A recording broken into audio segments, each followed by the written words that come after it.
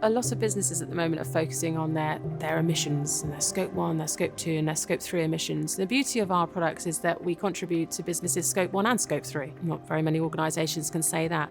We're always looking at new technologies, whether that is to reduce our impact of being a business on the environment or reduce our customers' impact. When you buy Prolectric's equipment, you've not only got that end-to-end sustainable supply chain, because you're working with a really good organisation with really strong, deep green credentials, an organisation that looks after its people, that makes sure that it's working ethically with their suppliers, where they buy their components.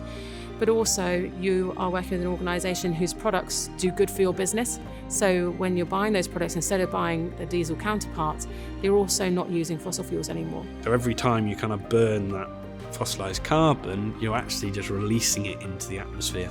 And as you do that, just causing the planet to heat up. That's kind of why all of the leaders of the world governments kind of got together to kind of like ratify this 1.5 degree treaty. The 1.5 degrees was important because at that point, if you manage to stay within 1.5 degrees, then a lot of these kind of climate breakdown runaway events should not happen. It doesn't make sense to do anything but rely on renewable power to power off grid.